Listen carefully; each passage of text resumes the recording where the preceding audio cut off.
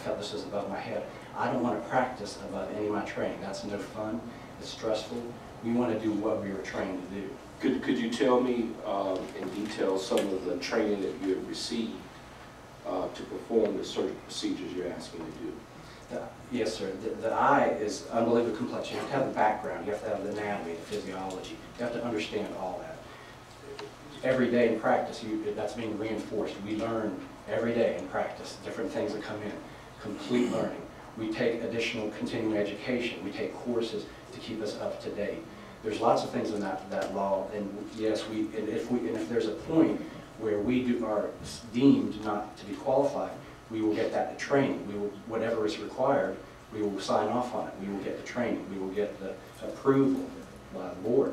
Just like, you know, optometry schools, just like ophthalmologists, when new techniques, when new surgeries come out that they did not learn in med school, that they go on to receive further training. The same is true with us as new procedures. Half of what I do in my office every day is on equipment, on OCTs, on HRTs that didn't exist when I got out of school 10 years ago. But they're vital.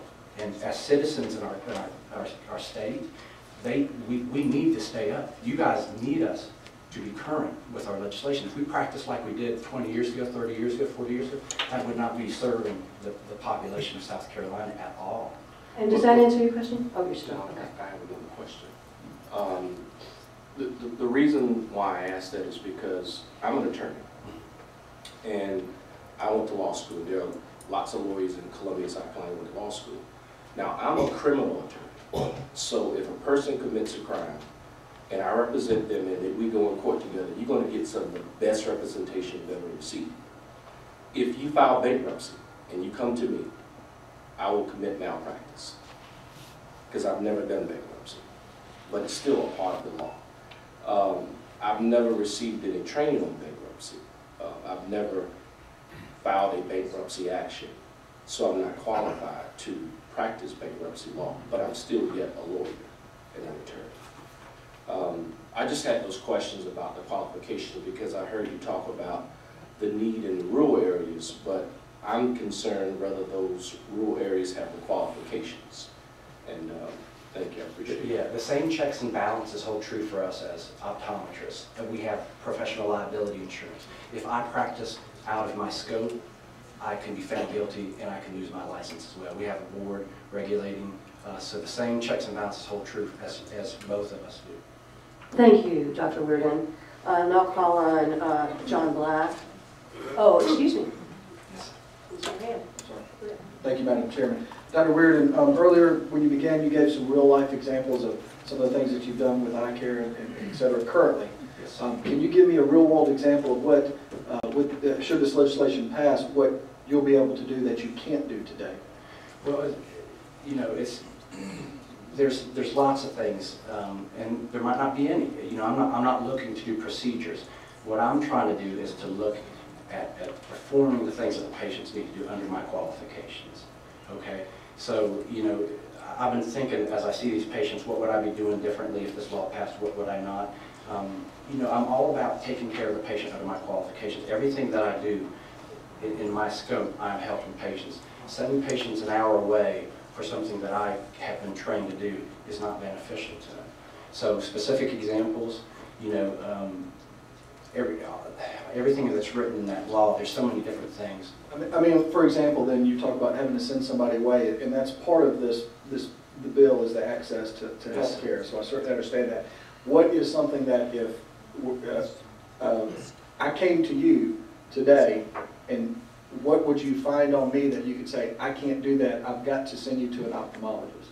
What would that look like? Well, there's different things. For example, a sty.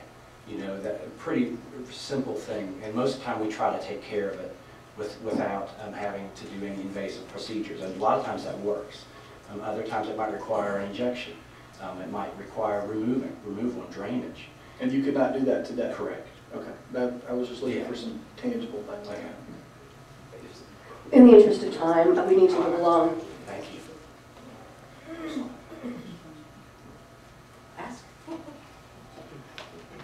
Back on the question, tell me what training you've received to perform the things that Representative Valentine just asked you about.